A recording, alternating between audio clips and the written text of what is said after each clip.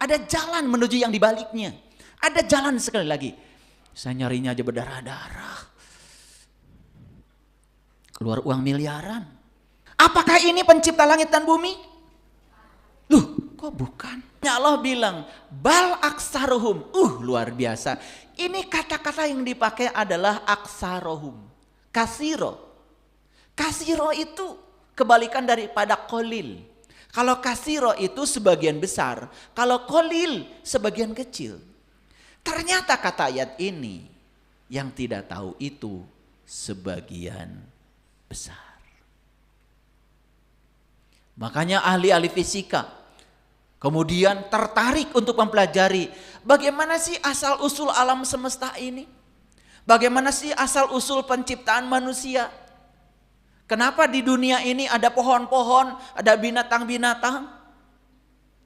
Mereka melakukan penelitian mulai dari binatang bersel tunggal sampai kepada binatang dan makhluk yang bersel kompleks seperti manusia. Lahirlah yang disebut dengan Charles Darwin yang terkenal dengan teori evolusinya. Kan dia ingin menjelaskan. Lahirlah ahli-ahli fisika yang menceritakan tentang asal muasal alam semesta. Lahirlah berbagai teori. Ada teori Big Bang, ada teori ini, teori itu namanya teori. Teori itu dibuat untuk menjelaskan sesuatu supaya terjelaskan. Tapi apakah teori itu sudah bisa menjelaskan yang sebenarnya? Belum tentu. Kenapa sekarang diajarkan teori itu? Itu yang dianggap sebagai yang masuk akal untuk kondisi saat ini. Ingat ya, makanya ilmu pengetahuan berkembang terus. Makanya tidak boleh mengklaim saya paling hebat, saya paling benar, saya paling tahu. Wah, orang yang kayak gitu sudah jatuh jadi orang bodoh. Makanya belajar itu sepanjang hayat. Ulangi lagi, saya tanya sekali lagi. Siapa yang menciptakan langit dan bumi? Allah. Cukup? Kalau orang yang pengetahuannya dalam, kemudian dia berpikir, bagaimana asal muasalnya? Sampai ada orang yang mencipta, ternyata yang diciptakan oleh Allah di rahim ibu. Pertama itu otak.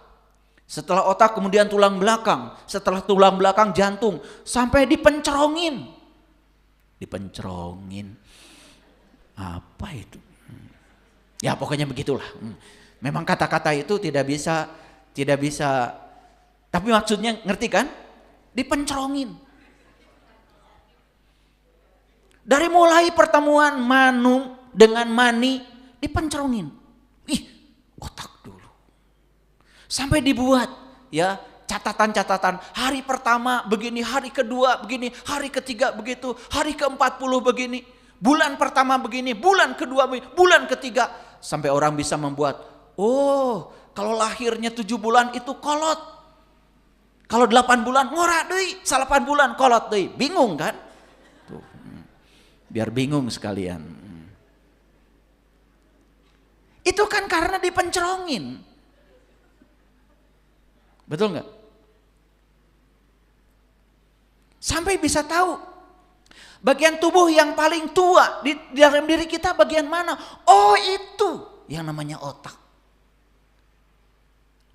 Lalu timbul pertanyaan, kok di Quran ada kata-kata baitil atik, rumah tua? Jangan-jangan itu yang dimaksud Allah. Begitu ya cara belajar, betul nggak? Kok di Jakarta ada kota tua, di Semarang ada kota tua, di Bandung ada Dayakolot, buah-buah. Betul nggak? Itu. Tapi orang yang belajarnya tidak sampai ke situ, apalagi tiap hari cuma nyalahin orang, dia menganggap orang lain yang berbahaya, bukan kebodohannya yang berbahaya. Nggak sampai situ. Kerjanya cuma menyerang orang aja begitu. Udah pakai baju yang dianggap suci lagi oleh umat. Pakai macam-macam. Tapi yang keluar dari sini kata-kata yang dangkal. Yang tidak mencerahkan umat. Yang mengajarkan kebencian. Yang mengajarkan fanatisme buta. Tidak mengajarkan untuk berpikir cerdas dan kritis. Masih ingat ya kajian kita yang kemarin? Ingat ya. Bahwa pendidikan bukan mengisi wadah kosong. Tapi pendidikan itu pada hakikatnya adalah menggali potensi diri, meningkatkan keterampilan berpikir. Makanya hasil pendidikan itu ada yang namanya kognitif, ada yang namanya afektif, ada yang namanya psikomotor. Itu hasil pendidikan. Kognitif, keterampilan berpikirnya maju. Afektif, sikapnya jadi waras. Psikomotor, dia punya keterampilan yang bisa bermanfaat buat orang banyak. Gitu. Ngerti ini teh? Melohok aja. Oke, kita lanjutkan. Apakah ini pencipta langit dan bumi? Kok bukan? Udah mulai sadar. Mulai sadar. Ulangi. Apakah ini pencipta langit dan bumi? Bukan. Ini apa? Tulisan. Apakah ini punya kemampuan menciptakan? Lah dia juga diciptakan. Saya yang buat. Paham? Tapi kemarin begitu belum sadar, seolah-olah tulisan ini yang menciptakan. Seolah-olah ini Tuhan kita. Dan kita puas dengan tulisan alif lam lam ha. Padahal ini cuma simbol. Di balik simbol ini, ya Allah, ada jalan menuju yang dibaliknya. Ada jalan sekali lagi, tapi saya nggak jelaskan di sini. Mahal. Enak aja saya nyari aja belasan tahun. Di balik lafaz ini ada petunjuk, ada jalan untuk tahu yang sebenarnya. Tapi nggak saya jelaskan di sini. Enak aja. Saya nyarinya aja berdarah-darah. Keluar uang miliaran. Enak aja kesini aja gratis numpang mobil orang. Maaf ya. Gak apa-apa itu rezeki namanya. Gak apa-apa. Ilmu itu ada fidyahnya. Mau dapat ilmu yang tinggi ya tentu saja harus ada pengorbanan. Enak aja. Saya dulu ingin dapat ilmu yang sebenarnya itu perjuangannya luar biasa. Ya, luar biasa. Kayak saya ceritakan ini gak selesai sampai sore. Nanti kajian kita jadi terpotong. Ini gak punya kemampuan apa-apa. Ini cuma tulisan. Betul? Tapi tulisan ini oleh kita disucikan. Betul? Dihormat-hormat. Sampai kita lupa bahwa sebetulnya ini hanya tulisan. Lupa pada yang sebenarnya yang harus dihormati, yang harus dihargai. Padahal yang sebenarnya sudah bilang sama kita, aku bersama kamu. Lebih dekat daripada urat nadi lehermu. Sekarang saya mau tanya, tulisan ini dekat apa jauh sama kalian? Terpisah atau menyatu? Tapi ada gak yang menyatu di situ?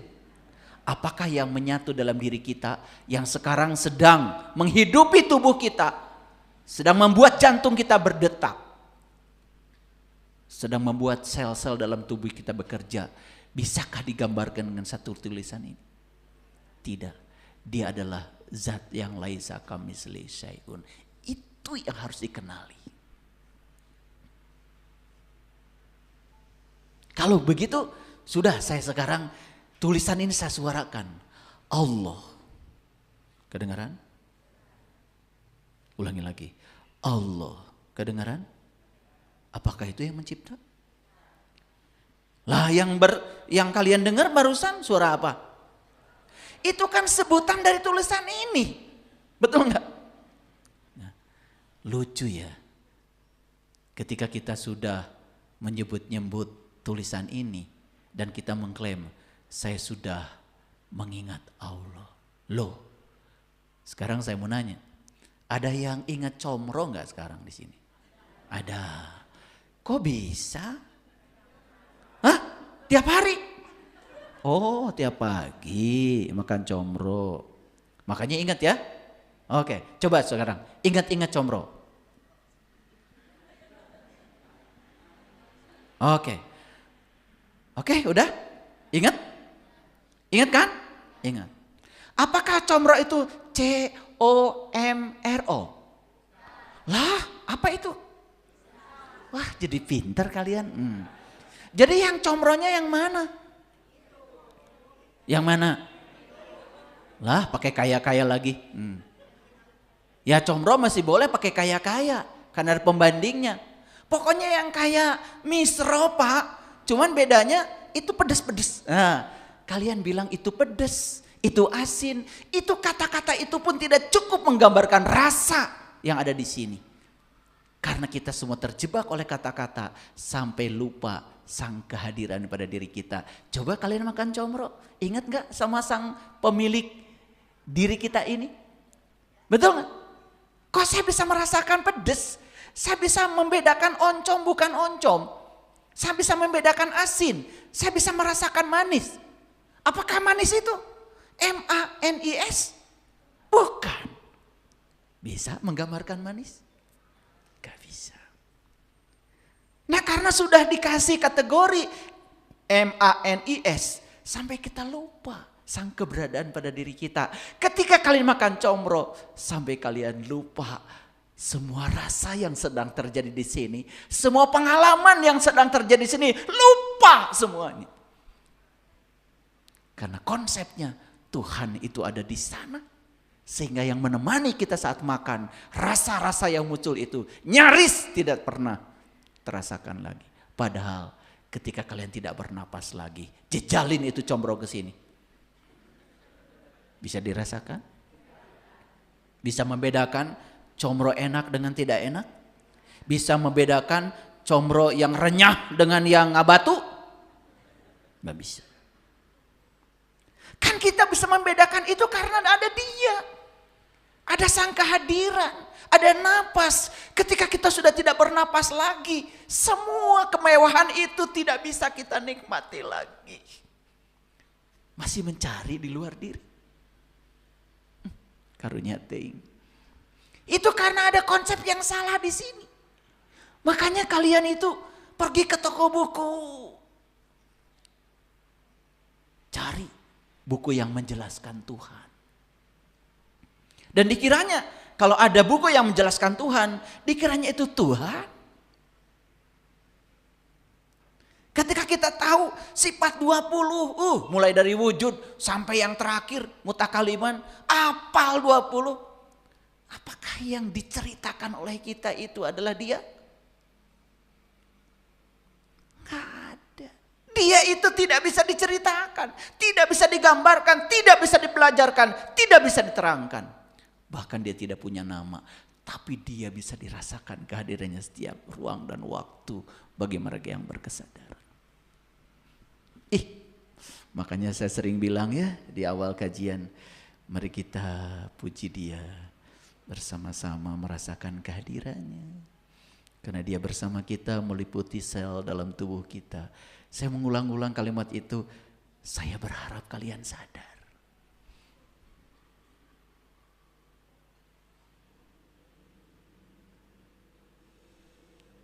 Jadi ingat comro sekarang. Kenapa? Ya, karena pernah melihat barangnya. Apakah barangnya itu C-O-M-R-O? Bukan, itu apanya? Tulisannya. Ini yang saya sebut comro. Apanya itu? Sebutannya. Udah kalau gitu, saya bagi comro ya, silahkan makan. Kok pada diam? Kok pada diam? Kan sudah saya bagi barusan. Sekali lagi kalau gitu, saya bagi comro ya, silakan. Kok pada diam? Tuh, urusan comro nggak ada barangnya nanya. Kenapa urusan Tuhan kalian nggak pernah nanya? Lucu kalian itu, betul nggak? Padahal barangnya bersamamu. Sampai Allah mengatakan, aku bersamamu dimanapun kamu berada.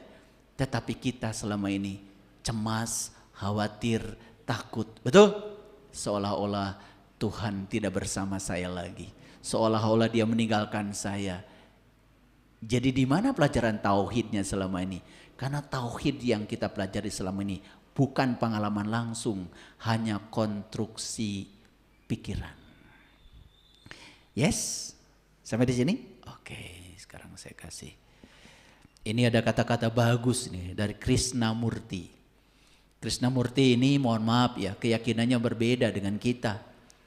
Ya, tetapi kok saya cuplik karena saya tidak melihat orang ini keyakinannya apa. Tapi yang dikatakan benar enggak gitu, masuk akal apa tidak. Coba kita lihat kata-katanya. Saat kita menamai sesuatu, maka kita berhenti melihatnya. Betul? Ya, coba aja. Namai sesuatu. Ada peristiwa yang tidak enak, kasih nama sama kamu. Musibah. Udah, kita tidak bisa melihat lagi kedalaman peristiwa itu. Kita tidak melihat lagi kebenaran di balik peristiwa itu. Cuman ada satu kata aja, musibah. Dan otak kita mengatakan musibah itu pokoknya mengerikan. Lalu kita menolak peristiwa itu, bukan? Dan kenapa kalian menolak peristiwa itu? Karena sudah ada kategori di sini, namanya musibah itu gak enak. Betul nggak? Iya. Saya berulang-ulang sering mengatakan, ibu saya ini orang Tasik. Dari Cisayong, Raja Pola. Jadi keluarga saya itu dari ibu itu orang Tasik. Kalau keluarga saya dari ayah orang Cirebon. Tapi zaman dulu, zaman revolusi ngembara itu di Garut. Itu. Dan saya lahir jadinya di Garut. Tapi aslinya ibu saya dari Tasik, bapak saya dari Cirebon. Lahir di Garut, lengkap kan? Jadi keluarga kami itu masih ada di sana, masih ada di Tasik. Waktu Gunung Galunggung meletus itu tahun 83, saya masih ingat itu. Ya. Mau panen gak jadi. Sawah habis ya, tertimbun oleh debu. Kolam-kolam semua habis rata di sana, di Raja Pola. Dan semua keluarga kami mengatakan musibah. Ketika ada orang yang meneliti, ternyata debu letusan gunung Galunggung itu sangat bagus untuk ngecor. Dump truk mulai datang ke Tasik. Mulai pada jual abu letusan gunung Galunggung itu. Satu truknya memiliki nilai tertentu. Loba duit, bilangnya apa sekarang? Berkah. Kalau Allah bisa ngomong, lu bilang dulu musibah, sekarang lu bilang berkah, betul nggak? Kata Allah, bingung gue. Siapa yang ngasih judul itu? Ya kalian juga. Betul nggak? Makanya kita hidup itu bukan di dunia nyata sebetulnya. Kita sekarang tuh hidup di dunia konstruksi pikiran. Nah, nanti akan terasa ya setelah selesai kajian ini. Oke, lanjut. Makanya saya belajar dari Krishnamurti. Saya ketika melihat pohon anggrek, saya lepaskan konsep saya tentang anggrek, saya lepaskan konsep saya tentang sebutan itu. Saya pandang, kamu kok bisa seindah ini di ruang kosong. Akhirnya saya juga bisa menyaksikan ruang kosong ini apa kok bisa menghadirkan bunga seindah itu. Padahal saya cuma nanam pohon anggrek, dikasih air setiap hari, dikasih sinar matahari, itu pun dari Allah semua. Airnya dari Allah, sinar mataharinya dari Allah, saya cuma menanam aja. Benar kata Allah di Quran, kamu cuma menanam aja, tapi aku yang menghidupkan. Saya perhatikan dari hari ke hari ketika dia muncul itu ya, batang untuk calon bunga. Manjang dulu. Setelah itu muncul, setiap hari saya saksikan. Di situ saya melihat keajaiban. Saya di situ melihat sang kehadiran. Bahkan saya sedang pergi pun sekarang di sini, sang pencipta sedang menciptakan pohon anggrek itu. Saya pulang dari masjid ini nanti, pasti ada yang berubah dengan pohon anggrek saya. Dia tidak pernah tertidur, tidak pernah terkantuk. Dia benar meliputi semesta raya. Mau nyari kemana lagi? Pernah melihat keajaiban dari pohon Bapak Ibu? Enggak. Piknik, pergi ke gunung, mau bekal. Betul? Ya pokoknya nasi timbal udah ada, sambal tarasi, jengkol putih. Betul? Peda berem, ya, gepuk, ya. Wah udah lengkap. Sampai di puncak gunung itu bukan melihat, kenapa ya ketika di puncak gunung itu terasa lebih indah. Enggak, bukan begitu. Langsung bekal. Sampai di puncak gunung ngampar samak. Betul? Ya, udah botram. Wah, makan. Tambah lagi. Saking nikmatnya. Tambah lagi. Lebar. Tambah lagi. Ngagaloler tah sadayana di nu samak. Betul enggak? Boro-boro mikirin bagaimana ya Tuhan menciptakan gunung, bagaimana pohon-pohon yang begitu banyak ragamnya bisa tumbuh, bagaimana setiap helai daun itu bisa tumbuh, kenapa di ruang kosong bisa tumbuh? Gak ada, cuma lihat, udah gitu aja, dan niatnya gerek dahar, betul nggak? Pernah suatu saat saya bawa ya rombongan ke atas puncak gunung. Saya cuma lihat, coba perhatikan satu helai daun saja. Saya tidak nyuruh mereka memperhatikan ribuan jenis pohon di gunung, tidak. Perhatikan satu helai daun. Saya tanya, ada berapa juta sel dalam sehelai daun? Kenapa sehelai daun bisa hadir di semesta ini padahal asalnya tidak ada? Kenapa di ruang kosong bisa tercipta sehelai daun? Dan buat apa sehelai daun tercipta? Berapa banyak oksigen yang dikeluarkan dari sehelai daun? Di setiap mulut helai daun itu, dia menarik karbon dioksida dan menukarnya dengan oksigen. Coba kamu perhatikan. Terus saya bimbing mereka. Hanya perhatikan, semuanya menangis. Hanya memperhatikan satu helai daun. Melihat sekaligus memandang. Kenapa selama ini kita tidak bertemu keajaiban? Karena kita melihat sekaligus tidak memandang. Mengabaikan semua yang kita lihat. Betul apa tidak? Bapak Ibu, saya mau nanya, ada gak orang yang pernah menyakiti Bapak Ibu? Ada ya?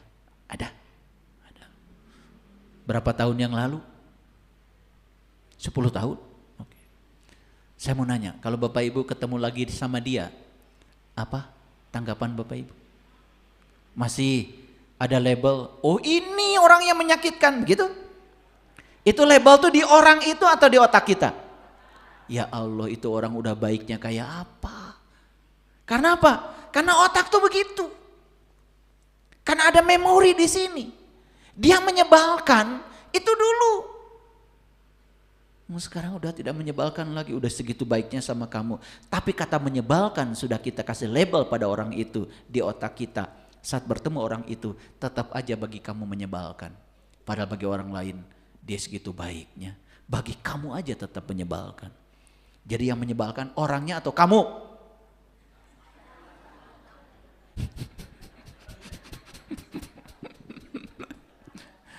Siapa yang menyebalkan? Ternyata yang menyebalkan kacamatamu. Betul Pak tidak?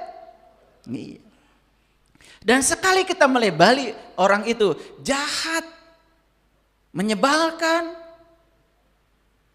dan itu sepanjang tidak diubah di sini. Walaupun orang itu sudah berubah, tetap saja kau akan memandang orang itu menyebalkan. Kita punya pasangan, mungkin pernah melakukan kesalahan selama berumah tangga. Ya apa tidak? Masih sebel sekarang? Siapa yang menyebalkan? Nah, kamu. Paham sekarang ya? Dia sudah begitu baik. Begitu sayang sama kamu, tapi terus aja label itu tidak kamu cabut di otakmu tentang orang itu. Itu kebodohan kita selama ini, bukan? Oke, mari kita lihat sekarang Bapak Ibu. Apa perbedaan realitas dan bayangan pola pikir? Yuk kita ngaji. Apa perbedaan realitas dan bayangan pola pikir? Realitas itu yang sebenarnya. Nah, bayangan pola pikir berarti konstruksi pikiran. Oke? Nah, setuju nggak dengan saya? Kalau hidup kita ini sekarang kan dikepung oleh benda-benda. Oke? Dikepung oleh peristiwa-peristiwa. Betul? Nah, setiap benda punya nama. Setiap peristiwa punya nama. Setiap benda dan peristiwa punya definisi. Setuju? Setiap benda peristiwa punya kategori. Betul? Dan itu kan yang dikerjakan di sekolah. Memberi nama semua. Betul nggak? Ya. Pokoknya yang kayak gini namanya, bahasa Indonesianya pare. Pare. Padi. Bahasa Garutnya pare. Bahasa Latinnya ada yang ingat? Orija Satipa. Betul nggak?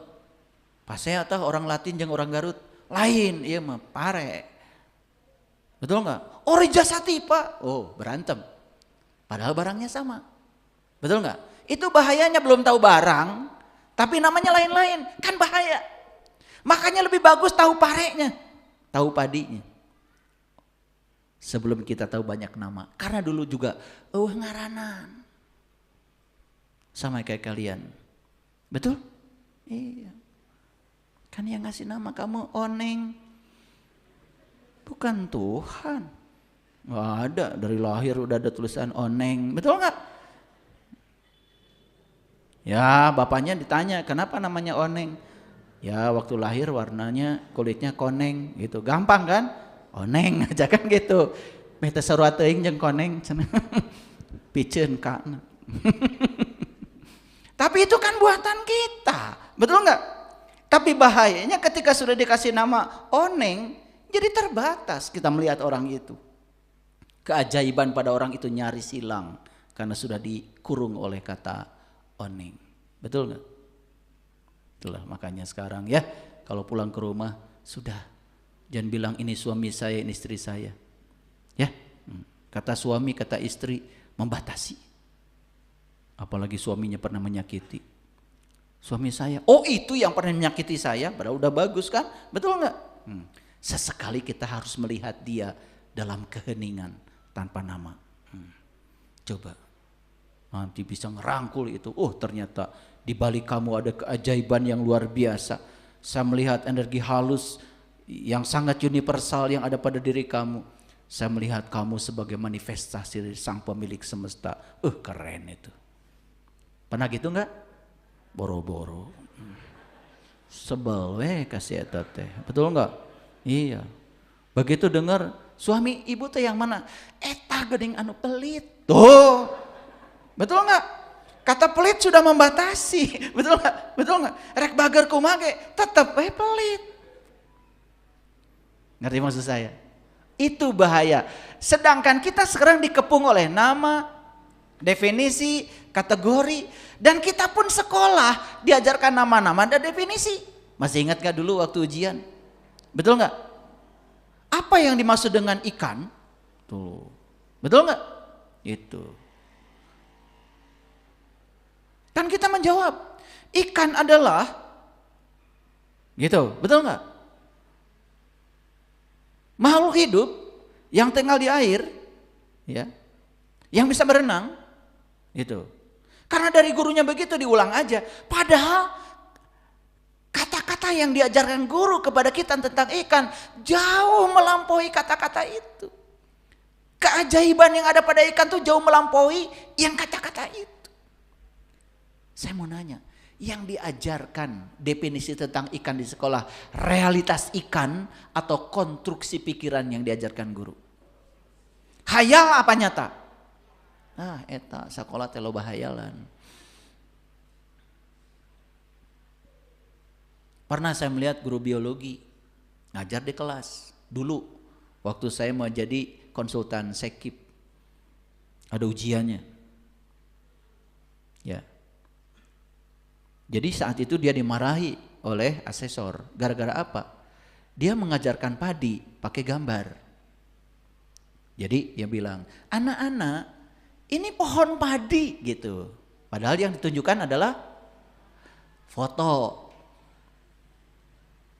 padi. Saya mau nanya sama Bapak Ibu, itu foto padi dengan padi sama? Beda? Beda? Bener? Tuh baru sadar sekarang, betul nggak? Beda. Coba kalau saya tampilkan foto nasi dengan nasi yang di rumah, sama apa beda? Apa bedanya? Itu bisa didahar. Betul nggak? Yang gitu aja kita sering tertipu. Ya, makanya guru mengatakan anak-anak ini padi. Bukan. Itu foto dari pohon padi. Makanya sama asesor, kenapa sih kamu pergi ke sawah, ambil satu pohon, bawa ke kelas. Cenah ngaragap. Karena yang di video walaupun dipegang nggak kerasa. Betul nggak? Gitu. Ya kalian belajar agama juga begitu kan? Betul nggak? Iya. Kalau saya ajarkan yang langsung mengalami nggak mau. Tapi yang konstruksi pikiran mau. Ya. Yang langsung merasakan surga dan neraka nggak mau. Tapi yang ada di konstruksi pikiran, surga adalah, neraka adalah, mau. Makanya di sini cuma definisi. Nah, saya mau nanya sekali lagi, itu kenyataan atau konstruksi pikiran? Jangan-jangan kita beragama di konstruksi pikiran. Jangan-jangan kita berdoa di konstruksi pikiran. Jangan-jangan kita hidup selama bertahun-tahun bukan di realitas, tapi di konstruksi pikiran. Oke, mulai sadar sekarang? Oke.